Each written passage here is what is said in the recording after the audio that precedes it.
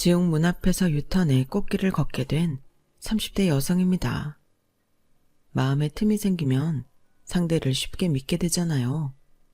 그래서 사기꾼들이 상처 입고 마음에 틈이 생긴 사람들을 주로 노린다고 하더군요. 3년 전 이맘때 저도 하마터면 그런 사기꾼 같은 놈에게 인생을 저당 잡힐 뻔했지 뭐예요. 다행히 지금은 새로운 사람을 만나 행복한 결혼 생활을 보내고 있지만 말이에요. 그런데 이제와 그리 유쾌하지도 않은 지난날을 꺼내는 이유는 얼마 전 대학 동기를 통해 들었던 한 남자의 근황 때문이에요. 그동안 결말이 나지 않은 소설을 읽은 것처럼 찜찜한 기분으로 살았는데 마침내 그 끝을 보게 되니 이쯤에서 그간의 일을 정리해보고 싶었거든요. 묵은 때를 벗겨내고 새로운 인생을 맞이하는 심정으로 말이죠. 저는 한부모 가정에서 자랐어요. 태어나던 순간부터 저에게는 아빠가 없었어요. 저에게는 엄마가 유일한 부모였거든요. 중학교에 들어가던 무렵 엄마는 제게 처음으로 아빠 얘기를 해주셨어요. 이전까지는 엄마도 저도 딱히 아빠에 대해 얘기를 꺼낸 적이 없었어요. 모르긴 해도 엄마는 제게 온전한 설명을 해주기 위해 때를 기다리셨을 거예요. 엄마 성격상 어린 딸에게 거짓말로 아빠의 존재를 미화해서 알리고 싶진 않았을 테니까요. 엄마가 아빠와 연애를 하던 시절 엄마는 당연히 아빠랑 결혼까지 이어질 줄 알았대요. 그래서 자신이 가진 모든 걸 아빠한테 쏟아부었다고 하더군요. 가난한 고학생이었던 아빠를 대학까지 보내준 사람은 저희 외할아버지셨어요. 아빠의 담임선생님이었던 외할아버지는 가난 때문에 기껏 합격한 서울대를 입학도 못해보고 포기하게 된 제자를 못 본 척할 수가 없으셨던 거죠. 외할아버지는 교통사고로 세상을 떠나시기 전까지 아빠의 등록금을 내주셨어요. 그리고 이후에는 당시 아빠랑 사귀고 있던 저희 엄마가 그 일을 떠맡게 되셨죠. 엄마는 아빠와 같은 학교 영문과를 다니셨는데 아빠 등록금을 벌기 위해 그 좋은 대학을 졸업도 못하고 그만두셔야 했어요. 그래도 그땐 후회는 없었어. 둘 중 한 사람만 학업을 이어갈 수 있다면 그건 나보다 네 아빠가 되는 게 맞다고 생각했으니까.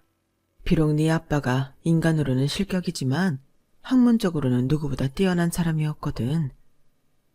결국 엄마는 밤낮 없이 일해서 아빠를 대학원까지 보내 박사를 만들었고 10년 가까운 헌신 끝에 버림을 받았어요. 대학 교수가 꿈이었던 아빠는 자신의 등에 날개를 달아줄 부잣집 딸과 결혼을 해버렸거든요. 10여 년간 혼인신고도 없이 동거를 하고 살았던 탓에 엄마는 아빠의 결혼 앞에 속수무책이었어요. 엄마는 아빠의 결혼식 소식도 뒤늦게 아빠의 대학 동창을 통해 들었을 정도로 끝까지 아빠한테 기만당했던 거죠. 이후에 엄마가 아빠의 신혼집을 찾아갔지만 아빠는 끝내 문도 열어주지 않았어요. 그리고 며칠 뒤 아빠의 아내가 엄마를 찾아와 돈 봉투를 내밀었다더군요. 백화점 쇼핑백에 돈다발을 잔뜩 담아왔더라. 당시 돈으로 서울에 집 한 채 정도는 살 수 있는 돈이었어. 생각 같아선 그 돈을 집어 던지고 욕이라도 해주고 싶었는데 차마 그럴 수가 없었지. 그때 내 뱃속에 네가 있었거든. 더럽고 치사하지만 그 돈을 보는 순간 딴 생각은 들지 않았어. 그저 이 돈이면 내 새끼 혼자서도 낳아 키울 수 있겠다. 그 생각뿐이었지. 그래서 받았어.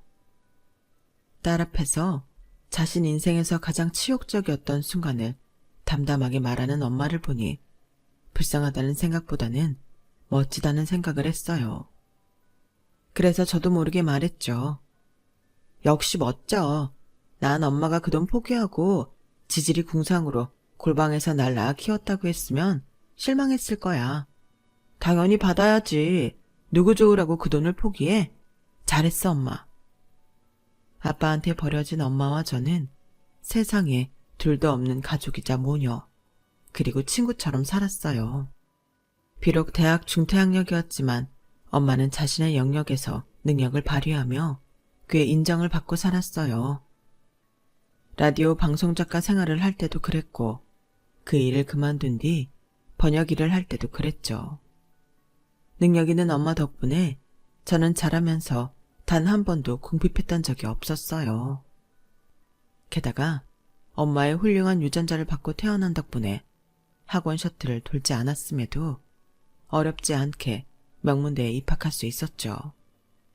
아빠의 부재는 제 인생의 털끝만큼도 영향을 끼치지 못했어요. 적어도 그 일이 있기 전까지는요. 대학 졸업을 앞두고 당시 사귀던 남자친구와 함께 영국으로 유학을 떠날 준비를 하던 저는 청천벽력 같은 소리를 듣게 되었어요. 엄마가 암에 걸린 거예요. 종양이 양쪽 난소에 있었고 이미 원격 전이까지 이루어진 상태로 난소암 4기라고 하더군요. 난소암 4기의 생존율이 정확히 어느 정도 되는지는 몰랐지만 어떤 암이든 4기면 생존율이 극히 낮다는 것쯤은 미루어 짐작할 수 있었어요. 그 와중에도 엄마는 제게 흔들리지 말고 제 인생을 살라고 하셨어요. 죽고 사는 건 하늘에 달린 일이야. 네가 영국으로 갈 수 있는 좋은 기회를 포기하고 내 옆을 지키고 있다고 해서 내 병이 낫는 게 아니란 소리야. 엄마는 엄마 인생을 살 테니까 넌 네 인생을 살아. 우리에게 주어진 최선은 그거야. 엄마, 그걸 왜 엄마가 결정해? 엄마가 엄마 결정대로 나를 낳고 살았던 것처럼 나도 내 결정대로 엄마 곁에 있을 거야. 엄마는 그때 나 지우지 않고 낳았던 거 후회해? 아니잖아. 나도 마찬가지야. 그깟 영국 대학 안 가도 그만이야. 내 인생에서 소중한 건 학벌도 뭐도 아니고 엄마랑 조금 더 시간을 보내는 거라고. 그러니까 이번엔 엄마가 져줘. 지금 엄마가 해야 하는 건 날 밀어내는 게 아니라 어떻게든 버텨서 살아내는 거라고. 그렇게 저는 영국행을 포기했어요. 그 소식을 들은 남자친구가 병원까지 찾아왔더라고요. 가람아, 너 정말 영국 안 갈 거야? 그 대학 들어가려고 그렇게 노력을 해놓고 이렇게 쉽게 포기할 거냐고. 어머님 소식은 안타까워. 하지만 그래도 너는 네 인생 살아야 하잖아. 지금 당장은 내가 이런 말하는 거 야속할지 모르겠지만 널 위해서 난 이런 말을 할 수밖에 없어. 가람아, 우리 예정대로 영국 가자. 내가 이렇게 부탁할게. 미안하지만 난 그럴 수 없어. 나한테는 내 커리어보다 엄마가 소중하니까. 그리고 나 오빠 말 야속하게 생각 안 해. 오히려 고마워. 오빠는 내 자신보다 더 내 미래에 대해 신경 써주는 사람이잖아. 그런데 왜 야속하겠어? 그러니까 오빠 그 마음은 잘 받을게. 함께 유학 준비를 했던 시간들을 뒤로 한 채 저는 남자친구를 떠나보냈어요. 살아가는 누구도 입 밖으로 꺼내진 않았지만 내심 이별도 짐작하고 있었죠. 그렇게 저는 취업도 미뤄둔 채 본격적으로 엄마 간병을 시작했어요. 막연한 희망만 품은 채 기나긴 투병 생활이 이어졌어요. 정해진 기간도 없이 눈을 뜨면 시작돼서 눈을 감으면 끝나는 병원 생활은 엄마도 저도 지치게 만들었어요. 5년이라는 시간이 흐르는 동안 엄마는 자궁절제술을 비롯해 장기절제술까지 몇 차례의 수술을 받아야 했어요. 그와는 별도로 항암 치료도 이어졌고요. 잘 웃고 농담도 잘하던 엄마는 긴 투병 생활로 심신이 많이 지친 상태라 말수도 많이 줄고 얼굴에서 웃음도 사라진 지 오래였죠. 저 역시 김병의 효자 없다고 순간순간 무너져 내렸어요. 엎친 데 덮친 격으로 8년 가까이 고정 수입 없이 수술비와 병원비, 그 외의 비용들은 감당하다 보니 살던 집도 옮기게 되었고 은행 대출이자 압박에 시달리게 된 거예요. 간병을 하는 틈틈이 번역 아르바이트도 하곤 했지만 그 돈으로는 턱도 없이 부족했어요. 이러다가는 엄마 치료도 중단하게 될 판이었죠. 그때 엄마의 절친이자 제가 평소 이모라고 부르는 정미 이모가 그러시더라고요. 가람아, 내가 곰곰이 생각해 봤는데 아무래도 이것밖에는 방법이 없을 것 같아. 네 엄마가 알면 날 죽이려 들겠지만 어쩌겠니? 난 내 친구랑 친구 딸 살리는 게 더 급하니 말이야. 말머리만 꺼내놓고 쉽게 말을 잇지 못하던 정미 이모는 한숨을 푹 쉬고는 말을 이어갔어요. 너, 네 아빠에 대해 들은 적 있지? 그 인간 서울에 있다더라. 대학 동기들 통해 들어보니 땡땡 대학 인문학부 학부장으로 있다고. 지 딸 결혼 앞두고 대학 동기들한테 청첩장 뿌려댔던 모양이야. 개놈의 새끼. 누군 지 때문에 평생 고생만 하다가 병까지 걸려 저고생을 하는데 벌을 바라도 시원찮을 놈이 멀쩡히 대학 교수로 살아? 귀신들은 뭐 하나 몰라. 저런 놈 안 잡아가고. 암튼 처가 덕에 재산도 꽤 되고 자기 지위도 있으니 제 주머니에도 돈은 꽤 있을 거야. 너한테 이런 짐 떠맡겨서 미안하지만 네가 그 인간 찾아가서 얘기 좀 해봐. 당장 병원비도 못 낼 상황인데 창피한 게 대수겠니? 혼자 못 가겠으면 이모가 같이 가줄게. 사실 저도 아빠를 찾아가 부탁을 해볼까 하는 생각을 안 했던 건 아니었어요. 사람이 빚에 쪼들리고 궁지에 몰리다 보니 자존심도 사치처럼 느껴질 정도였으니까요. 하지만 당장 어디 사는지도 모르는 아빠를 찾아갈 엄두가 나지 않았어요. 아빠는 내 존재조차 알지 못할 테니까요. 그런데 이모가 이렇게 나서서 등을 밀어주니까 눈 딱 감고 찾아가 보자는 생각이 들었어요. 그래서 난생 처음으로 아빠를 만나서 땡땡대학 교수실로 갔어요. 처음 보는 아빠의 얼굴은 이상하게도 낯설지 않았어요. 아마도 내 얼굴에 아빠의 흔적이 많이 남아있기 때문일 테죠. 30년 가까이 생차조차 몰랐던 딸이 나타나자 아빠는 무척 당황하더라고요. 처음엔 부정도 하더니 제 얼굴을 찬찬히 훑어보시고는 체념한 듯 한숨을 쉬셨어요. 사실 그때까지만 해도 아빠 앞에서 돈 얘기를 꺼내는 게 망설여졌어요. 그래서 애꿎은 찻잔만 만지작거리고 있었는데 아빠가 먼저 돈 얘기를 꺼내더라고요.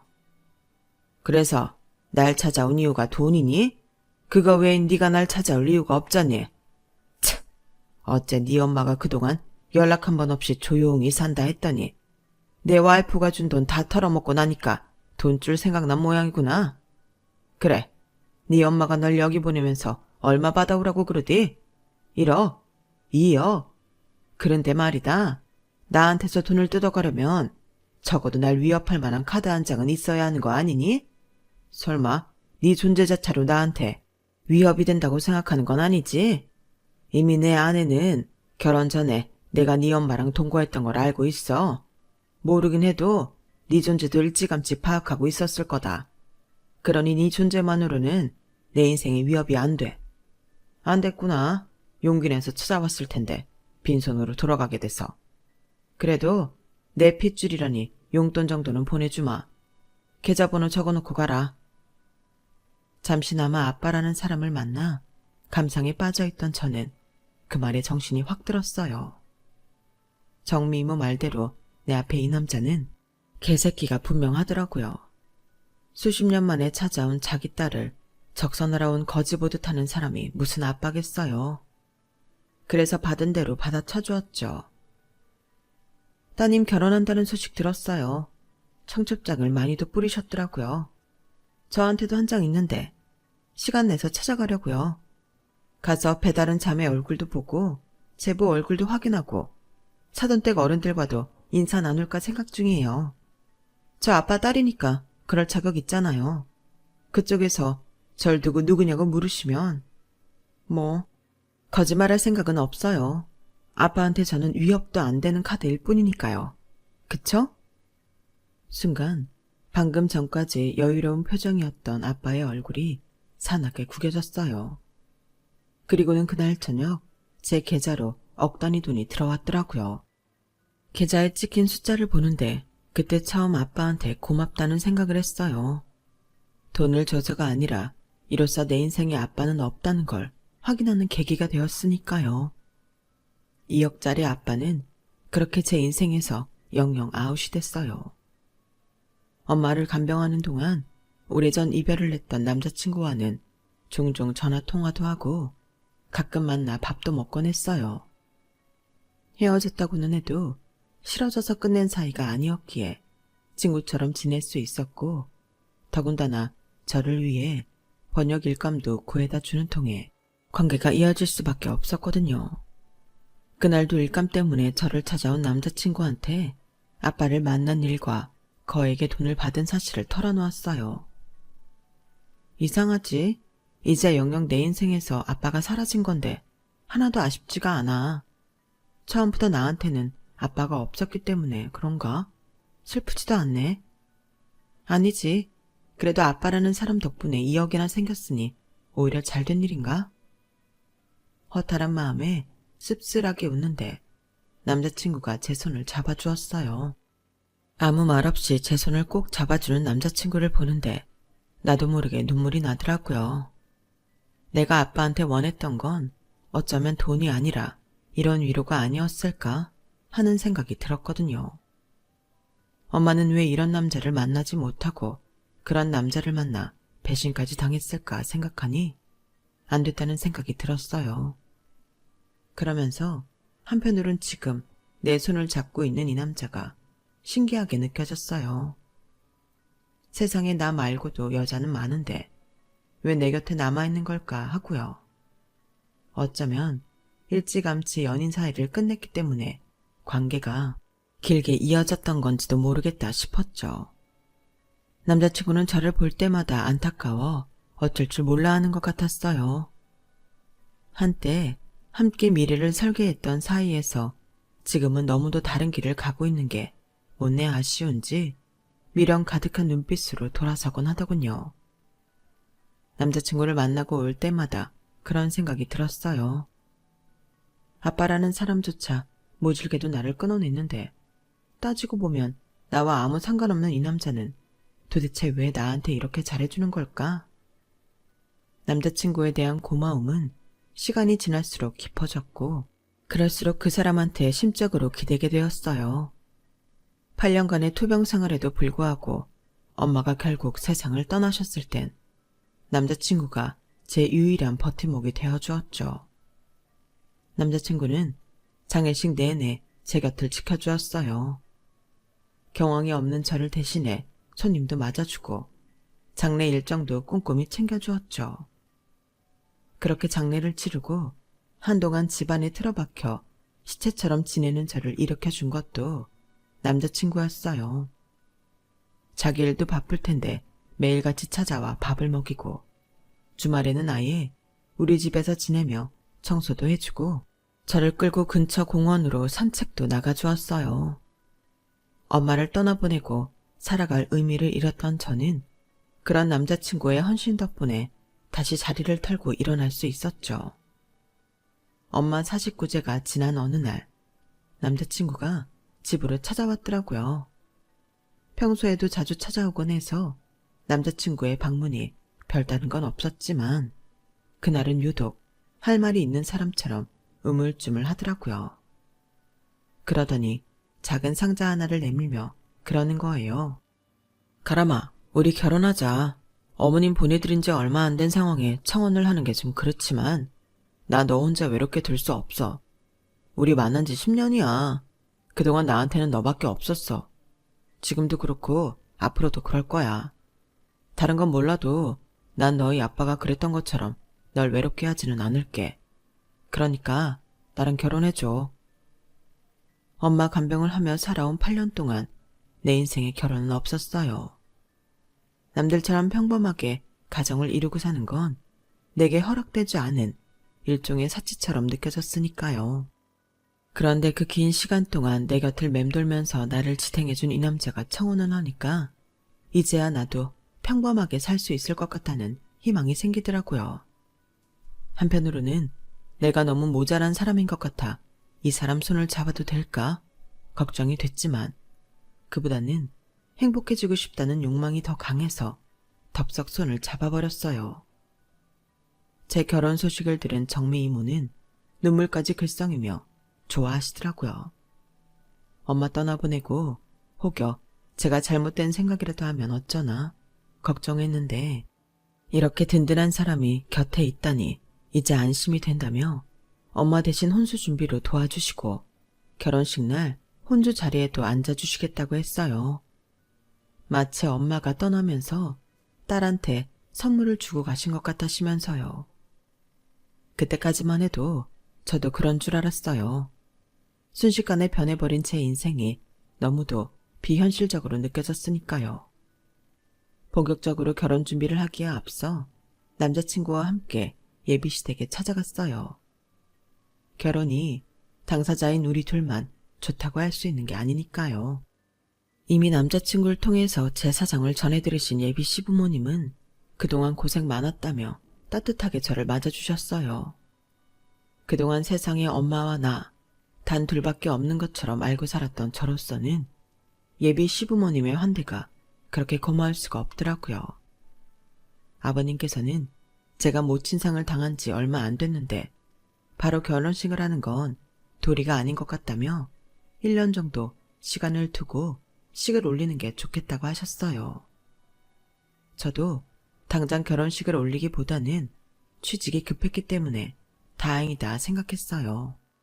대학을 졸업한 지도 8년이 지난 상황이라 취업이 쉽지는 않았어요. 그동안 쌓은 경력이라곤 간병일과 아르바이트로 했던 번역일 정도였으니까요. 정식 간병인이 될 생각이 아니라면 제가 택할 수 있는 일은 번역일 뿐이었어요. 그래서 출판에 입사 지원을 했는데 나이에도 불구하고 운 좋게 합격할 수 있었죠. 30이 넘은 나이에 신입딱지를 달고 회사 생활을 하려니 이래저래 눈치 보이는 일이 한두 가지가 아니더라고요. 제 사수만 해도 저보다 4살이나 어린 친구라서 저를 대하는 걸 불편해했어요. 저와 함께 입사한 신입들도 나이 많은 저를 불편해하기 마찬가지였죠. 그래서 본의 아니게 회사 내에서 외톨이 생활을 하게 되었어요. 그러던 중에 한동안 외국에 나가 있던 분이 새로운 팀장님으로 오게 되었는데 뜻밖에도 그분이 저희 엄마를 알고 계시더라고요. 내가 전에 있던 출판사에서 갓입사했을 때 맡았던 외국소설 번역가가 가람씨 어머님이었어요. 문장도 좋으시고 무엇보다 사측 의도를 잘 파악하고 계셔서 제가 도움을 많이 받았었죠.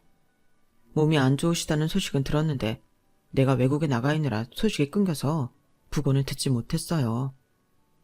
알고 보니 엄마가 마지막으로 번역했던 작품 담당이 팀장님이셨더라고요. 신기하네요. 함께 일했던 분 따님이랑 직장 동료로 만나게 되다니. 힘든 일 있으면 언제든 말해요. 가람씨 어머니께 도움 받았던 것도 있고 내가 은혜를 모르는 척하는 인간은 아니거든요. 엄마와의 인연 덕분에 팀장님은 사내 외톨이였던 제게 많은 도움을 주셨어요. 게다가 일적으로도 실력이 좋은 분이라서 많이 배울 수도 있었고요. 그렇게 조금씩 회사에도 적응을 해나가기 시작했고 남자친구와 연애도 무탈하게 진행되었어요. 그러던 어느 날이었죠. 오랜만에 대학 동기들을 만나 술자리를 갖게 되었는데 동기 녀석 중 하나가 제 남자친구 얘기를 하는 거예요. 아직 미처 동기들 앞에서 우리가 다시 만나고 있다는 말을 하지 않은 탓에 가시방석에 앉은 것 마냥 불편하게 그 얘기를 듣고 있었죠. 니들 그 소식 들었냐? 지은 선배 곧 결혼할 건가 봐. 영국 유학 가서 사귀던 여자랑? 동기들은 제가 선배랑 사귄 걸 모르고 있어서 저는 별 말 없이 얘기를 듣고 있었어요. 그 여자랑은 끝난 지 오래됐지. 그 선배가 연애사가 좀 화려하냐? 내가 아는 것만 해도 제대하고 복학해서 만났던 여자만 한둘이 아니야. 유학 가서 사귄 여자가 셋인가? 외국인도 있었잖아. 니들도 알다시피 몇 달 전에 파혼도 했었고 말이야. 그것도 여자 문제였지 아마? 야, 어떤 여자가 그 선배랑 결혼한지 몰라도 그 선배 연애사 알면 절대 결혼할 생각 못할 거다. 그 선배가 문어발 연애로 유명하잖아. 동기 말을 들으니 갑자기 머릿속이 복잡해지더라고요. 물론 8년이라는 시간 동안 여자친구 한 번 안 사귀고 저를 기다렸을 거라고는 생각 안 했어요. 그래도 동기 말처럼 그렇게 난잡하게 살아왔는지는 몰랐어요. 게다가 몇 달 전에 여자 문제로 파혼까지 했다는 건 더더욱이요. 혹시 나 때문이 아닌가 걱정이 됐거든요. 선배랑 정식으로 사귀기 시작한 게 그쯤이니까요. 지훈 선배가 여자 문제 때문에 파혼까지 당했어? 어떤 문제였는데? 쿵쾅거리는 심장을 애써 달래며 동기한테 물었어요. 그랬더니 정확히는 여자랑 돈 문제였어. 사귀던 여자한테 돈을 많이 빌려 썼던 모양이야. 그 놈이 주식하다가 돈을 좀 많이 물렸거든.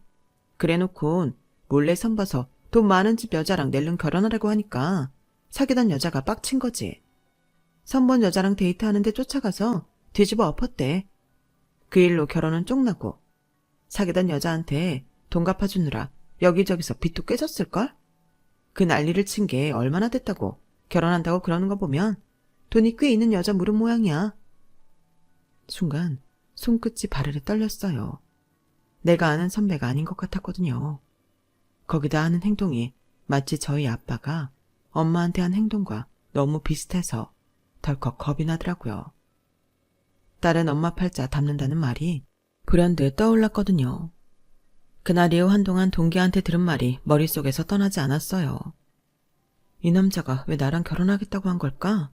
혹시 지금 나 이외에 다른 사람을 만나고 있는 걸까? 끝도 없이 이어지는 의문에 일도 제대로 손에 잡히지 않더라고요. 그래서 회사에서 안 하던 실수까지 하고 말았죠. 이제 조금 회사 사람들과 가까워졌나 싶은 상황에 어이없는 실수를 벌이자 팀장님이 따로 호출을 하셨어요. 무슨 일 있냐고 묻는데 아무 말도 할 수 없었어요.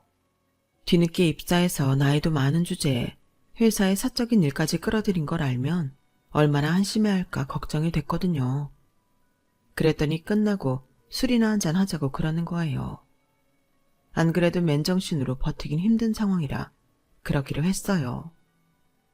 술이 한 잔 들어가서 그런가 팀장님이 편하게 대해주셔서 그런가 마음이 많이 느슨해지더라고요. 왜? 남자친구가 속이라도 썩여요? 그런 거라면 말해요. 내가 연애 상담 해줄 테니까. 직장 상사한테 연애 상담을 하라고요? 그래놓고 다음날 사표 쓰라고 하는 거 아니죠? 거참, 가람씨 눈에는 내가 그렇게 옹졸한 사람으로 보였어요. 직장 상사를 떠나 인생 선배다 생각하고 털어놔요. 술자리에서 한 얘긴 술자리에서 끝낼 테니까. 그 말을 100% 믿었던 건 아니지만 어디다 속편히 물어볼 것도 없어서 철판을 깔고 고민을 얘기했어요. 그랬더니 진짜 사귀는 사람이 있었네. 순간 꽤나 상심한 듯한 표정을 짓더니 그러더라고요. 결혼까지 할 생각이라면 소가리만 하지 말고 정면으로 부딪혀요. 찜찜한 마음으로 어떻게 결혼을 합니까?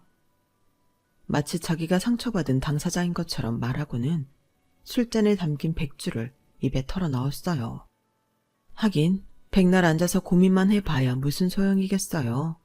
기든 아니든 확실히 하는 게 낫죠. 그래서 남자친구를 만나 제대로 물어보려고 다음날 퇴근길에 남자친구 회사로 갔어요. 저희 회사 퇴근 시간이 1시간 빨라서 다행히 일찍 도착할 수 있었어요. 약속을 잡고 온 게 아니라서 조금만 늦었다간 길이 엇갈리기 십상이니까요. 회사 로비에 앉아 엘리베이터가 열리기를 기다리고 있었는데 마침 남자친구가 엘리베이터에서 내리더라고요. 누군가와 통화를 하고 있는 것 같아서 조용히 뒤를 따라갔죠. 그런데 얌마 걱정하지 말라니까. 네 돈 금방 갚을 수 있어. 가람이 수중에 적어도 1억 이상은 가지고 있다니까. 확실해. 걔네 아빠한테 받은 돈이 2억인데 아무리 병원비 밀린 건 내고 했다 쳐도 1억 넘게 썼겠어. 그간 보험 드는 셈 치고 옆에 두고 있었는데 걔가 이렇게 도움이 될 줄 누가 알았겠냐? 이래서 연애는 문어발식으로 해야 한다는 거다. 여러 끼고 있다 보면 그중 하나는 걸려들잖냐. 사실 사람만 두고 봤을 땐 내 어장에 있던 애들 중에 가람이가 제일 낫지. 얼굴도 예쁘고 똑똑하고 사귈 때도 나한테 좀 잘했냐? 다만 흠이라면 병든 걔 엄마였는데 그것도 알아서 죽어줬으니 얼마나 땡큐야? 걔 엄마 죽기 전이었는데 가람이가 그러는 거야. 지 아빠한테 2억 받았다고. 아, 그때 잠깐 고민했잖냐. 얘 꼬셔서 결혼할까? 했지. 근데 아무리 돈이 좋다지만 병든 장모까지는 안 되겠더라고. 근데 이렇게 적절히 죽어줄 줄 누가 알았겠어. 하늘이 날 도운 거지. 암튼 조만간 네 돈은 갚아줄 테니까 회사로 전화 좀 하지 마, 새끼야. 내 엄마의 죽음을 킬킬거리며 즐기는 남자친구를 보니 피가 거꾸로 솟았어요. 게다가 나랑 결혼하자고 하는 것도 돈을 뺏기 위함이란 사실에 치가 떨리더라고요. 이런 놈을 그동안 믿고 의지했던 걸 생각하니 목구멍이 꽉 막히는 것처럼 숨이 차올랐어요.